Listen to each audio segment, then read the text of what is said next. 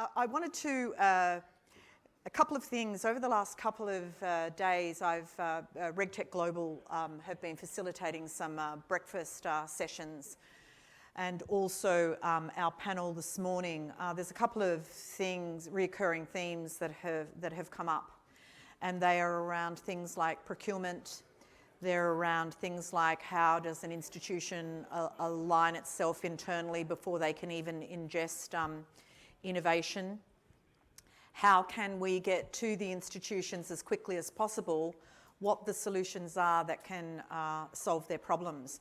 And so what I'm proposing to unpack for you this morning about where we got to in 2017 and what was the catalyst moment for us creating the association, and then probably one of the most important things that we do is to collect data from the industry so that we can tell exactly what's actually happening in the RegTech ecosystem, what's actually happening in the financial services ecosystem, and what's happening in the regulatory ecosystem.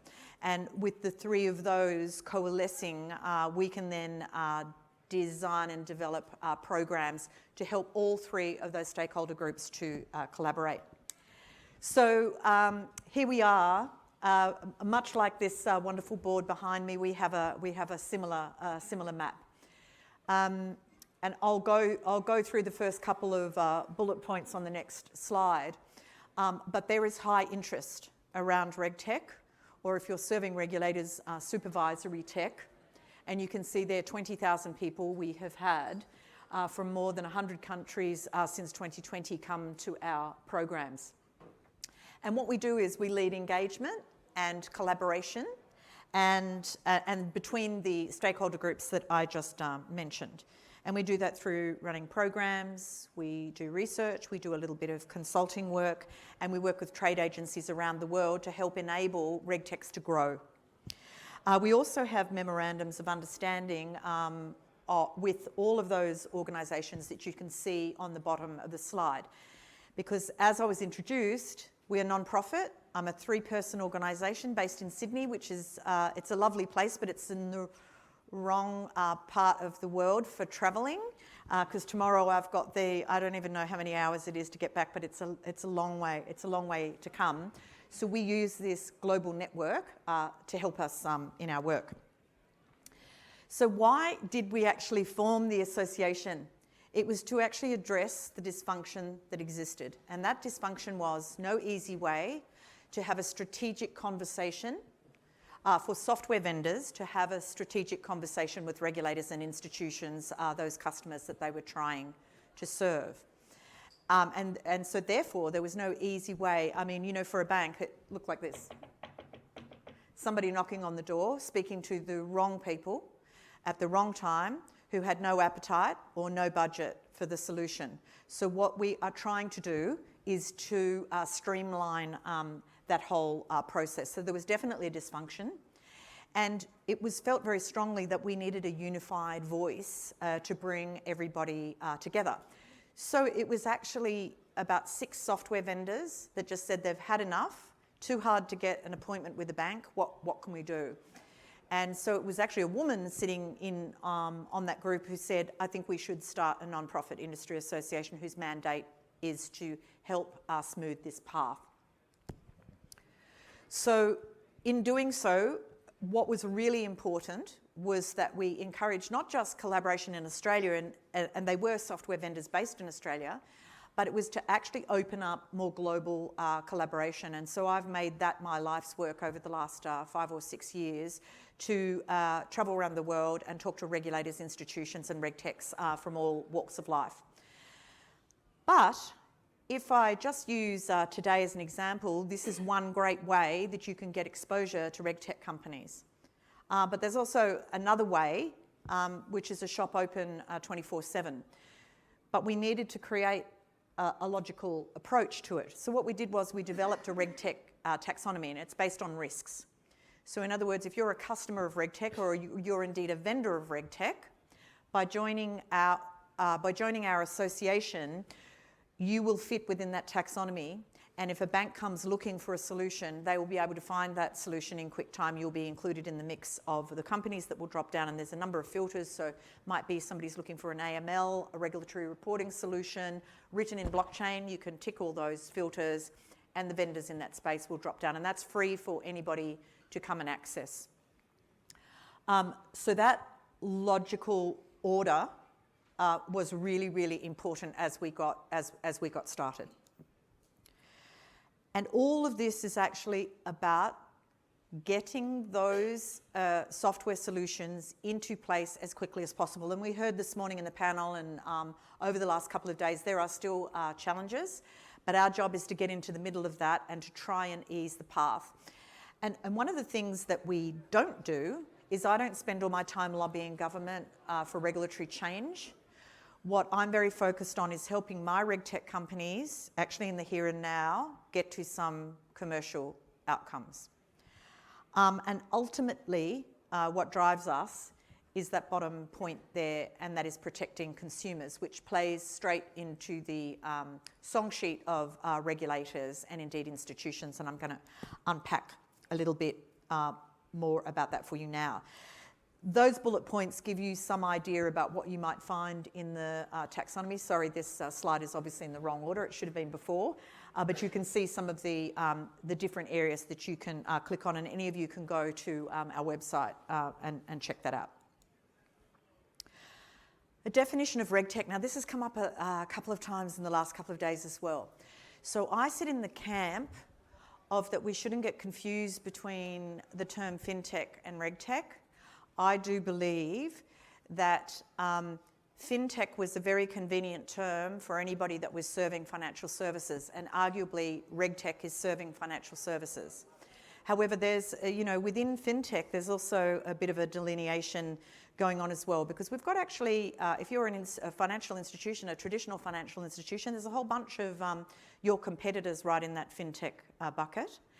And one of the things that I'd like to say to you today is we offer this definition as a means to say that RegTech is a group of enabling technologies that can enable you to keep your customers safe and to help you uphold the regulation that impacts you. And in fact, there's a part of FinTech that are actually customers of RegTech. So RegTech serve FinTech, and RegTech serve regulated institutions. And you can also see that RegTech, for example, whistleblowing, employment compliance, digital identity, things like that, can serve industries outside of financial services. So within our RegTech community, we have all kinds of different shapes and forms, which is why I'm not really keen that it gets bundled in with FinTech, and I'm happy to be challenged on that. So getting down to the research, which is actually why you're all here. We've been tracking the data over the last number of years, and our mission is to accelerate the adoption of RegTech, so it's really important for us to be able to measure that. And so since 2019, we've been collecting the data. Now, this is an average, and we also heard on our panel this morning, if you were there, we've got some newer organisations whose procurement times are very fast. We've got those whose procurement times are very slow, so this is an average, but on average, we have seen that, that sales cycle come down from first conversation to full deployment from 13 months to 8.1 months.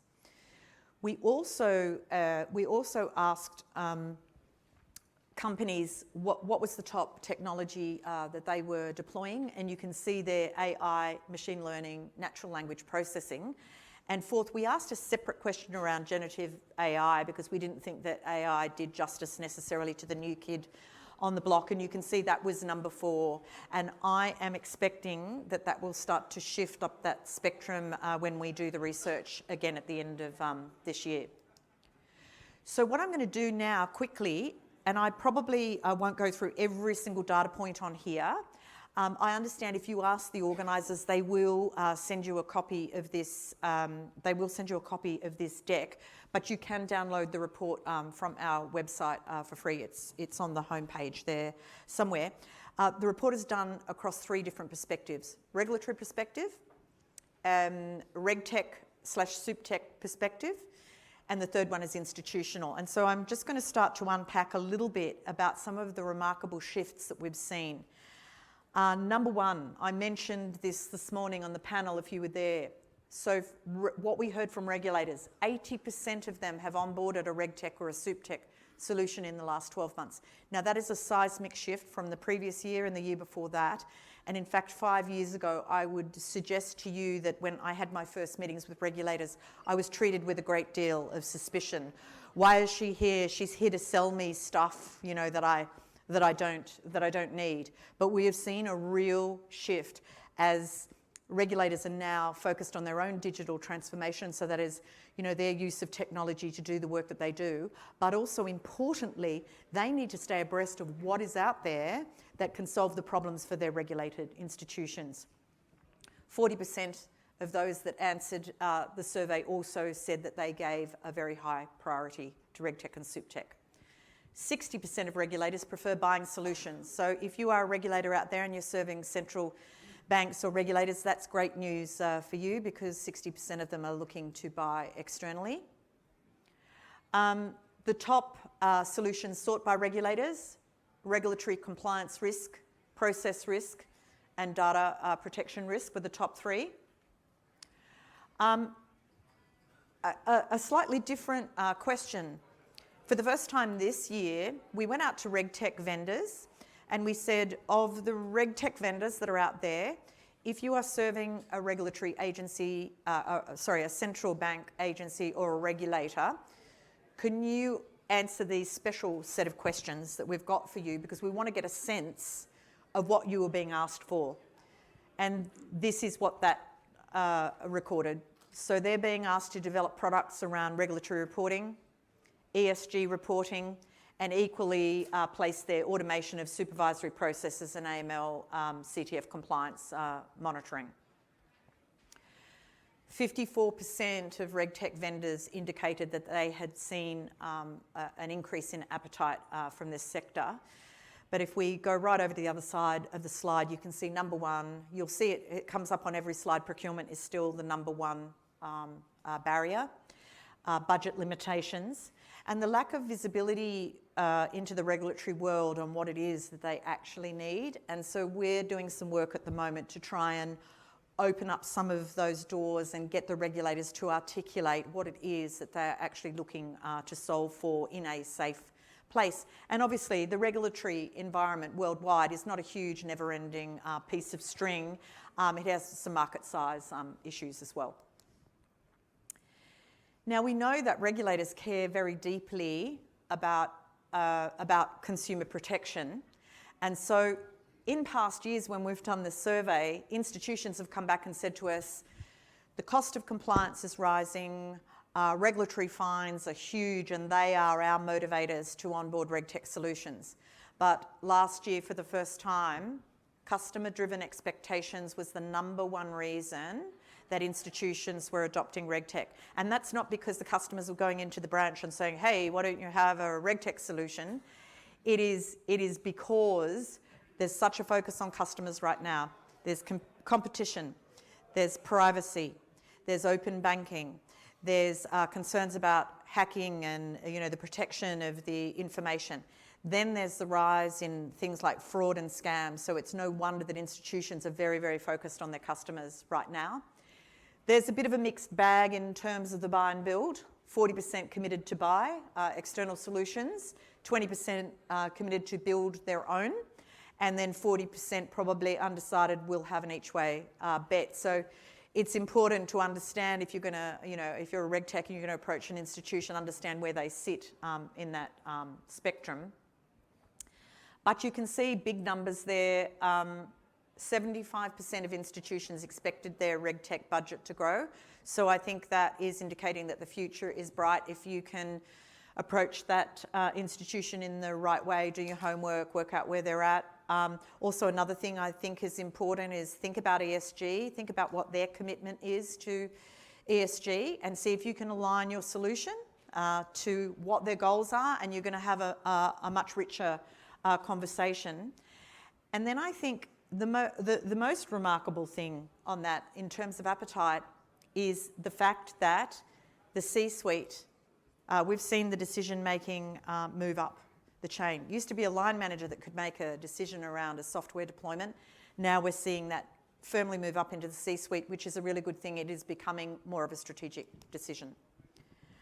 Really quickly, because I've talked too much and I'm running out of time, and I'm just conscious that we want to get to some questions.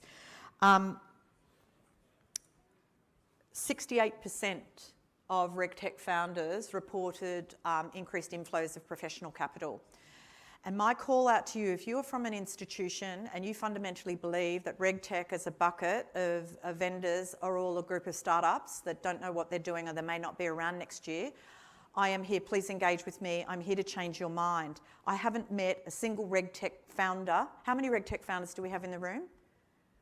Right, well, I haven't seen a single RegTech founder that left university yesterday, put on a colourful t-shirt with a cute logo and said, hey, I'm going to start a RegTech. It doesn't happen. These people are experienced subject matter experts who have a deep understanding of your problems, because guess what? They've actually all, they've all been there. And so this is what VC, and I think investors are slowly waking up to. RegTech is an imperative for institutions right now, and we've got this very mature group of companies who have often invested their own hard-earned balance sheets into their companies to scale and grow them. Over on the right, that same old chestnut on procurement. Now, I'm just conscious that I've got 3 minutes left. Is that right? Yes. So what does it mean for you? You can use the taxonomy today. You can attend any one of our events, which mostly are all held online, and they're done at a friendly time zone for you. We do them late in the day in Australia. You can come to those. You'll get to see 7 solutions at a time, and it's a great way if you're just in the market or needing to understand more. Over 35 minutes, you'll get to see 7 solutions that you probably would have had no way of being able to access. And I won't go on with the rest of that, but we are running an event in London next month if you're interested to come along, and you can see some of our speakers are on there. Now, we've got 2 minutes left for questions. Has anybody got one for me? There's a roving mic somewhere at the back. There you go, right down the front. Yeah, so I'm Richard South from TSO. We create and provide solutions for regulators, RegTech solutions and regulatory publishing solutions. And we work with financial regulators, but also with other regulators in other sectors. Yes. Pharma, for instance, health and safety, yes. Driving and road use. Great example. And I'm really interested to understand how you broaden the awareness of RegTech to those other regulators, as you were saying. That's a great... break out of just being seen as part of fintech. That's a great question. There is an organisation established in the UK only about 2 years ago called the Institute of Regulation. And it was started by a gentleman who had been a lifelong regulator, and he was constantly frustrated when talking to his peers. They're all creating their own solutions in-house for exactly the same problems. Now, not just on technology, there's a whole bunch of other stuff that there is this sense of commonality. And so 2 years ago, he decided to do something about it, and he just did a call out, and about 6 regulators came in and tossed in a little bit of money each so that they get underway. It's non-profit. They now have something like 50 regulators across the UK, education, oil and gas, nurses and midwives, did I say healthcare? There's a whole gamut of them, all listed on their website. And so we are proposing to work with them. And in fact, this event coming up next month in London, we will actually have Marciel, who's the chair of the Institute of Regulation, come along and talk about, you know, the challenges that they faced and why they founded their organisation. So once again, we want to see them on our list of partners that we work with in order to be able to access this, because there's probably a number of vendors in the room, and I know for sure there's at least one down there that I can see that that serves you know, industries outside of financial services. So that was a great question.